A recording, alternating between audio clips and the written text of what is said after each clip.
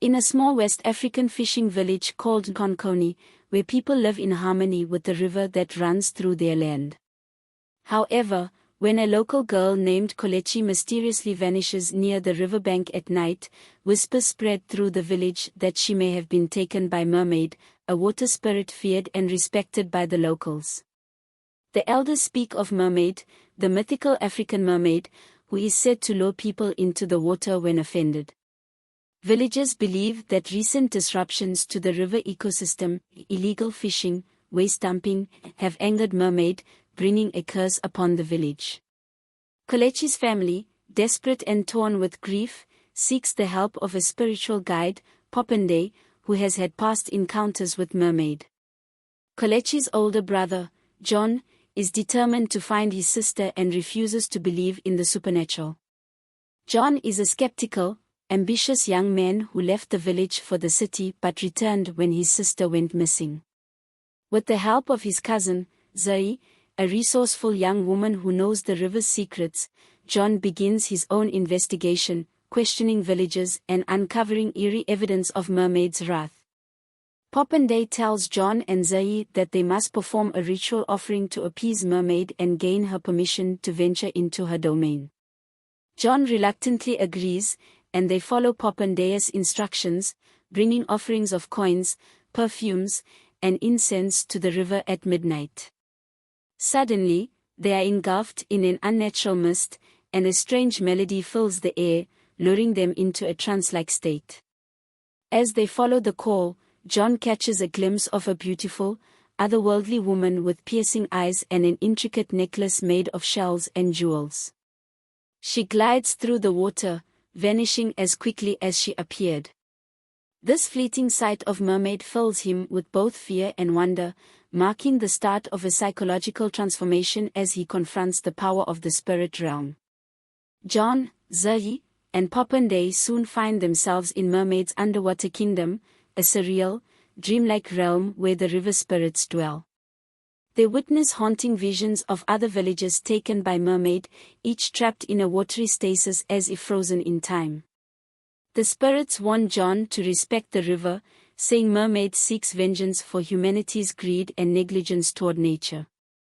The team attempts to leave the underwater world, but the mermaid's magic is powerful. They must solve riddles given by the river spirits, who demand that they confront their own flaws, John's skepticism, Zuri's hesitation, and Popende's hidden regrets. After a harrowing series of challenges, they escape, but not without a warning: Mermaid's curse will linger until her demands are met. Back in the village, strange and terrifying events unfold.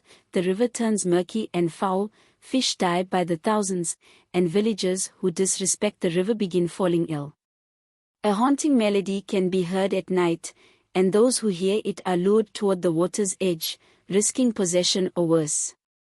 John realizes that Mermaid's wrath extends beyond his sister's disappearance. It is a warning to all who exploit nature. He begins to question his own relationship with the land, recognizing the disconnection between his modern, city life and his ancestral ties to the village and river. John learns that only a descendant of mermaid seers, people who possess knowledge of the ancient ways, can appease the spirit. They find an elderly seer named Oma, who agrees to guide them but warns that the price may be heavy. She reveals a ritual that requires the spirit of sacrifice, meaning that only one among them can offer up their life in exchange for the village's safety.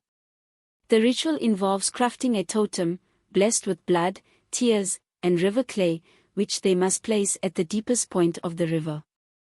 John volunteers to make the sacrifice, but Oma warns that once he enters Mermaid's domain, he may be unable to return. In a heartbreaking twist, Zuri steps forward, offering herself instead, believing it's her destiny to save her people. In a haunting final sequence, Zuri encounters the mermaid, who appears as both beautiful and terrifying, adorned in ceremonial garb with an aura of power. Mermaid commends Zuri's courage but demands proof of her sincerity. Zuri must pass through a symbolic journey of remembrance, revisiting moments where she failed to appreciate the river's gifts before offering her spirit to the water. The next morning, the river is clear, fish return, and the curse lifts from the village. Zay's absence is felt deeply, but her memory is celebrated with a ceremony at the riverbank. The villagers promise to honor and protect the river, performing rituals to ensure Mermaid's continued blessing. Though the village is at peace, rumors spread across nearby towns of eerie sightings and strange disappearances in other rivers.